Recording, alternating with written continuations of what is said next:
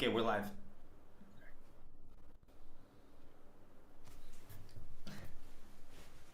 Well, hello everybody. Good afternoon or morning or evening, whatever it is on your time and place right now. Welcome to this May 2023 Ryaku Fusatsu. It's really good to see you all.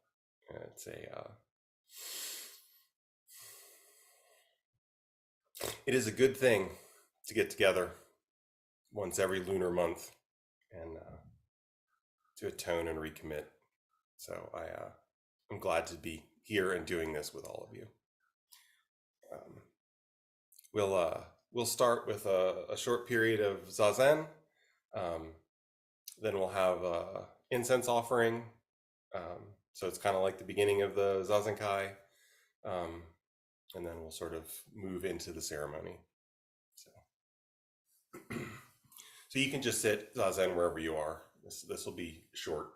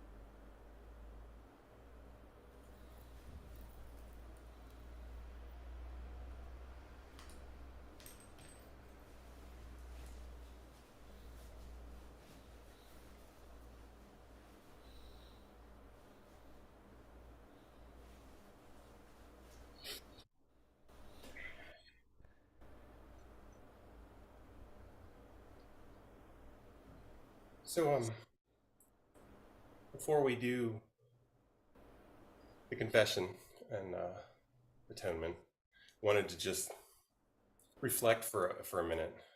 I in the forum post, scoot forward so there's maybe a little more light. Enlightenment. In the announcement, I compared the precepts to the North Star, because we walk towards the North Star. It helps us find our way, but in a sense, we cannot reach it. You can walk forever, and you will never reach the pole star. And I like that. I find that helpful. That there's not a destination. The precepts and our vows are not a destination. They are a guidepost, a helpful friend, and they can guide us in our lives. And that's part of that is part of the way. But they are also literally vows. Um, when I'm a married person. In marriage, our vows are made between uh, partners, and sometimes the state, and sometimes a higher power. Everybody's got a little different on that. And in a sense, I think the vows that we take for Jukai here today, they are between ourselves and the Buddhas and the ancestors. Um, and I think that's another helpful way to relate to this. Um, and that's all very highfalutin to use an expression. And I think that's valuable and that's important. But they're also eminently practical. The precepts are a gift. They are a karmic gift to ourselves. Um, as we all sit here right now, I've I wonder, what do we own? What do I own? What do each of you own? We might have houses and we might have cars and we might have, the clothes on our back, and in a sense, of course, we own those things. But we're here practicing the Buddha Dharma, so of course we all know we don't own those things. We can't own those things. They come and they go. Um, Ideas arise and they pass away. One day, this house will be a hole in the ground. There'll be a new house here.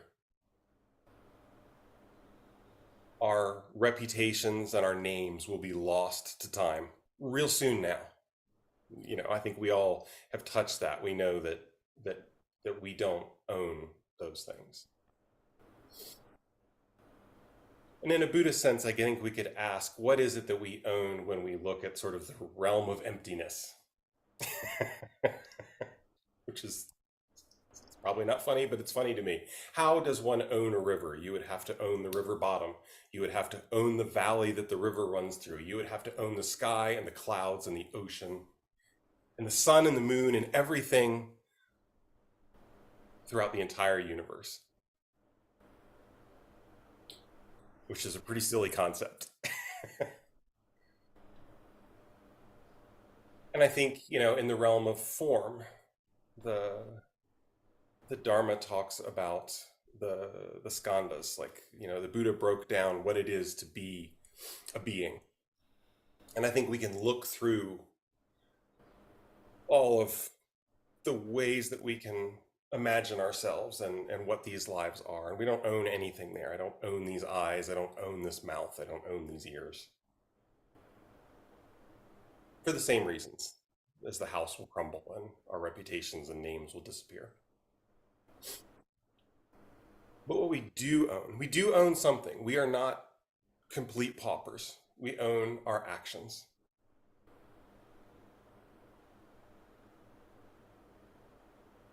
And the crazy thing about our actions is we can only control them now, now, now, the present moment. It's the only time you'll ever make an action is now in the present moment. And those actions ripple through endless time. And they came from beginningless time, which is a little woo, but I think it's true. So the precepts, what does this have to do with the precepts? The precepts help us take that action now, now, now, now, that will bear fruit. And I hope that it's good fruit, helpful fruit, kind fruit. In different Buddhist traditions, there's sort of different views on exactly what that means. There's a sort of supranormal version where it's the alaya vijnana and our actions, the karma literally collects, and that's what moves forward through time, and that is literally what manifests in rebirth. And you know, and of course, there is a sort of supernatural version of rebirth, and that is our actions. If I had a bad day today, it's probably because of the actions in a previous life. And I'm not saying that anyone needs to buy into any of that, but I do think it's clear that the actions that we take now, now, now, now, they never go away. The impact of that never goes away. It never dies out. And we do own that.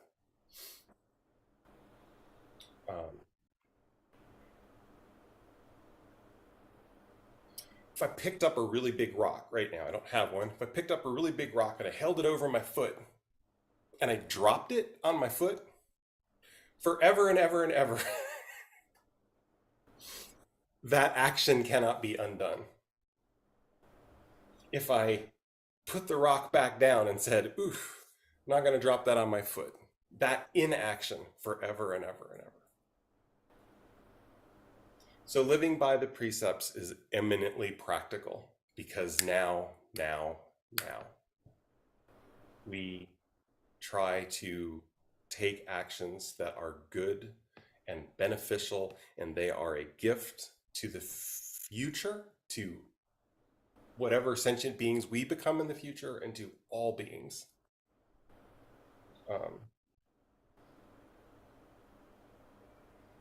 And I think that's a really important part of the precepts. This really sort of boring humdrum and eminently practical thing of giving a gift to the future now, now, now. So, enough about that. I'll give you something more. Let's do something more traditional. And I will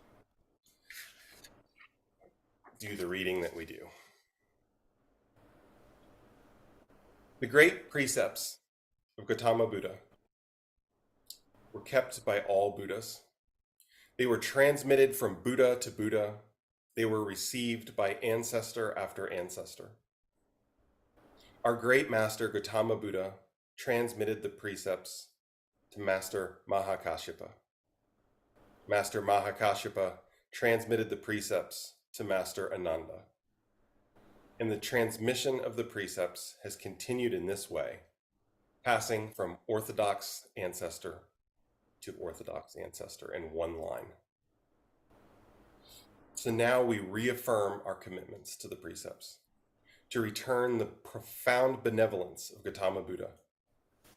We trust this to be the true reception of Gautama Buddha's wisdom and life. Respectfully following the approval of Gautama Buddha, we would like to devote ourselves to the precepts and atone for past misdeeds. Now we're going to recite the verse of atonement 3 times.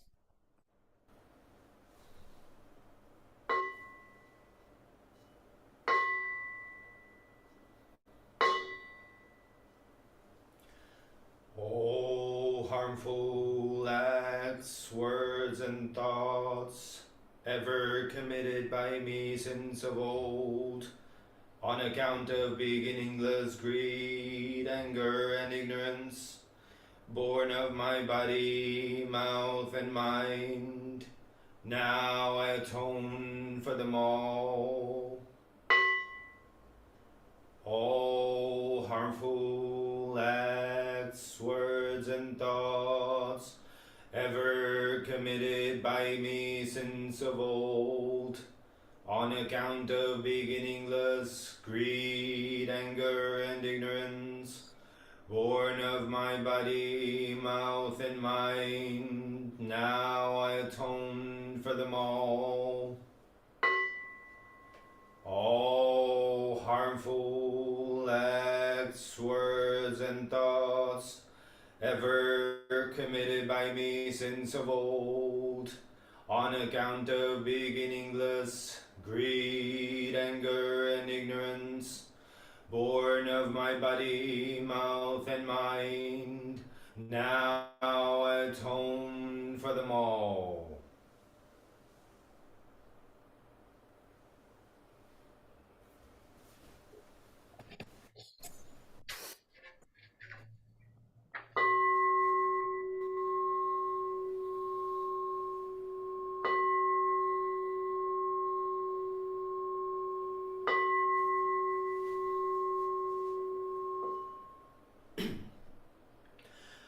Homage to the seven Buddhas of the past.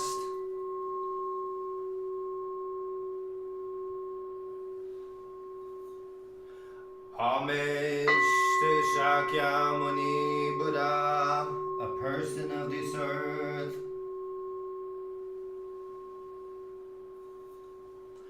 Homage to Midoku Buddha, symbol of hope for the future.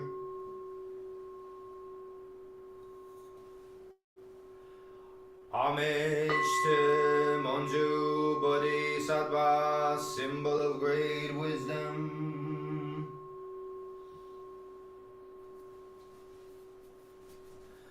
Homage to Fugen Bodhisattva, symbol of great activity. Homage to Kanzeon Bodhisattva, symbol of great compassion.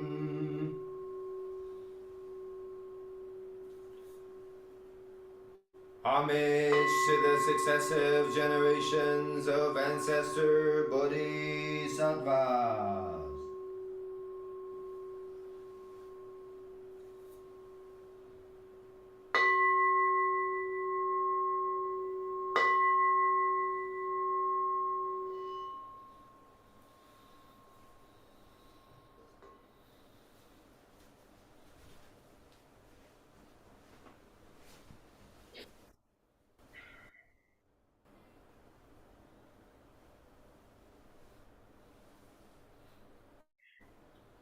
So, next we're going to symbolically purify ourselves. If you brought a bit of greenery and some water, that's excellent. If not, it's okay too. Use your fingers. There's water in the air, so you're good. I can feel it, right? No, I don't think I can feel it, but I know it's there. So, um, take your water, whether it's a significant amount or a tiny amount, and just sprinkle it over your head 3 times.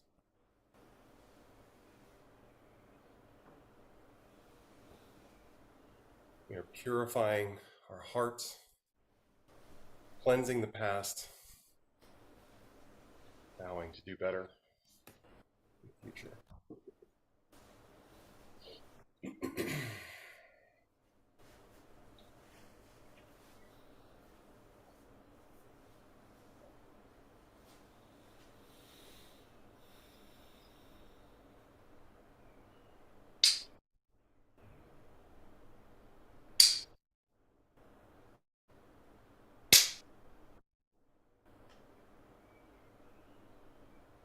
All you disciples of the Buddha, join your palms in reverence, literally, and listen wholeheartedly.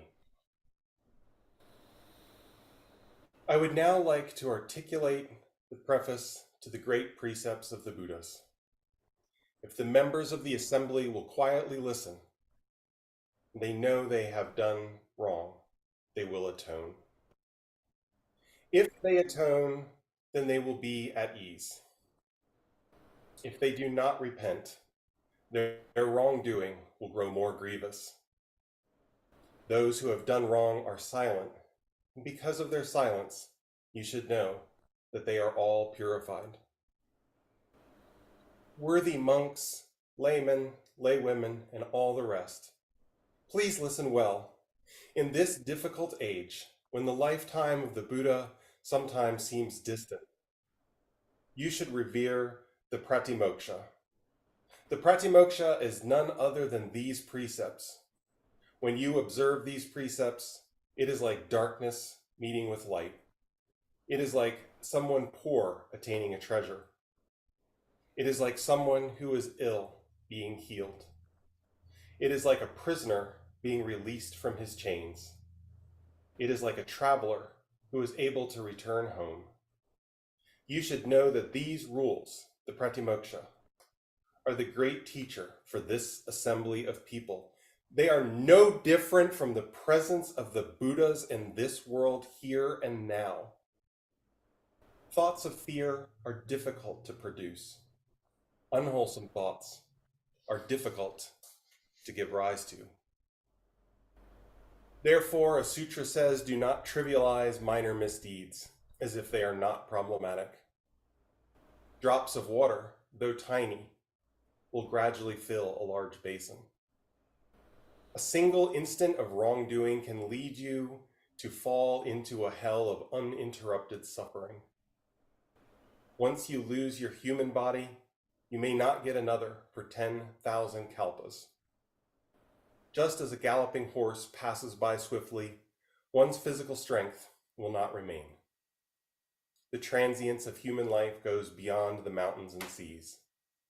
If something remains for the duration of a single day, it will be quite difficult to hold on to tomorrow. Members of the assembly should each energetically advance their own minds. Be careful not to be lazy, negligent, drowsy, or arbitrary. In the evening, gather your thoughts and focus them firmly on the three treasures. Do not take as being a waste of time the effort to deepen your repentance for those of later generations. Members of the assembly, each of you in your own mind should carefully rely on these precepts. Discipline yourselves in the practices that accord with the Buddha's teachings.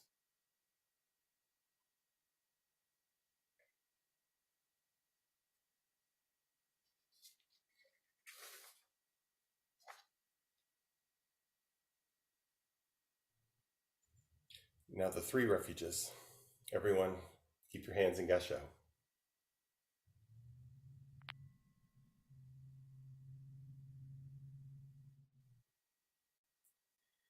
Respectful devotion to Buddha. Respectful devotion to Dharma. Respectful devotion to Sangha. Devotion to Buddha, the Supreme One. Devotion to Dharma, the supreme purity and teaching. Devotion to Sangha, the supreme community. Perfect devotion to Buddha, perfect devotion to Dharma, perfect devotion to Sangha. Now the three pure precepts. Today I reaffirm my commitment to seek as I can in this body and life to avoid doing harm. To seek as I can in this body and life to live in a healthful and helping way, doing good. to seek as I can in this body and life to live for the benefit of all sentient beings.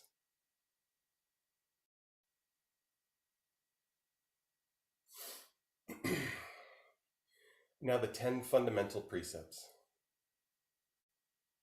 Today I reaffirm my commitment to seek as I can in this body and life to refrain from the killing of life, to seek as I can in this body and life to live in generosity and refrain from taking that which is not given, to seek as I can in this body and life to refrain from misusing sexuality and all desire, to seek as I can in this body and life to refrain from false and malicious speech, to seek as I can in this body and life to refrain from intoxication in its many forms, to seek as I can in this body and life to refrain from unconstructively criticizing the errors and faults of others, to seek as I can in this body and life to refrain from praising oneself and judging others, to seek as I can in this body and life to refrain from stinginess in bestowing the Buddhist teachings and all precious things, to seek as I can in this body and life to refrain from all anger, to seek as I can in this body and life to refrain from disparaging the three treasures, Buddha, Dharma, Sangha.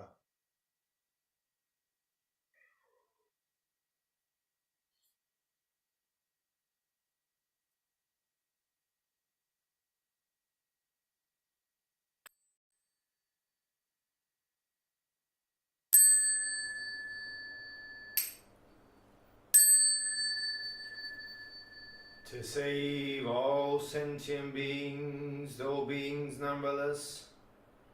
To transform all delusions, though delusions inexhaustible. To perceive reality, though reality is boundless. To attain the enlightened way, a way non-attainable. To save all sentient beings, though beings numberless. To transform all delusions, though delusions inexhaustible. To perceive reality, though reality is boundless. To attain the enlightened way, a way unattainable. To save all sentient beings, though beings numberless. To transform all delusions, though delusions inexhaustible. To perceive reality, though reality is boundless. To attain the enlightened way, a way non-attainable.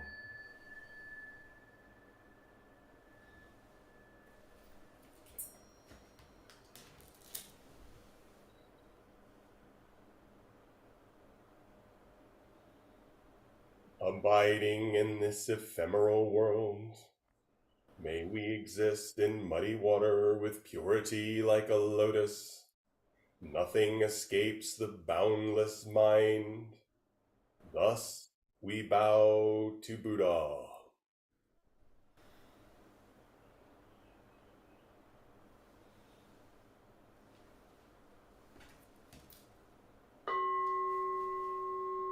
Buddha nature pervades the whole universe. Reality existing right here now. In reaffirming our commitments to the precepts, we dedicate our sincere efforts to Shakyamuni Buddha, honored one, the historical Buddha and teacher, to the all-pervading and everlasting three treasures, to all arhats and bodhisattvas, mahasattvas, and their relations throughout the Dharma worlds. May our sincere vows to accomplish and live the enlightened way be realized together.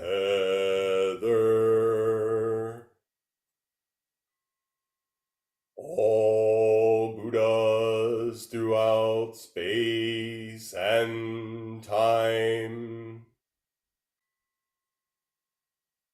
All Bodhisattvas, Mahasattvas, Maha, Prajna, Paramita.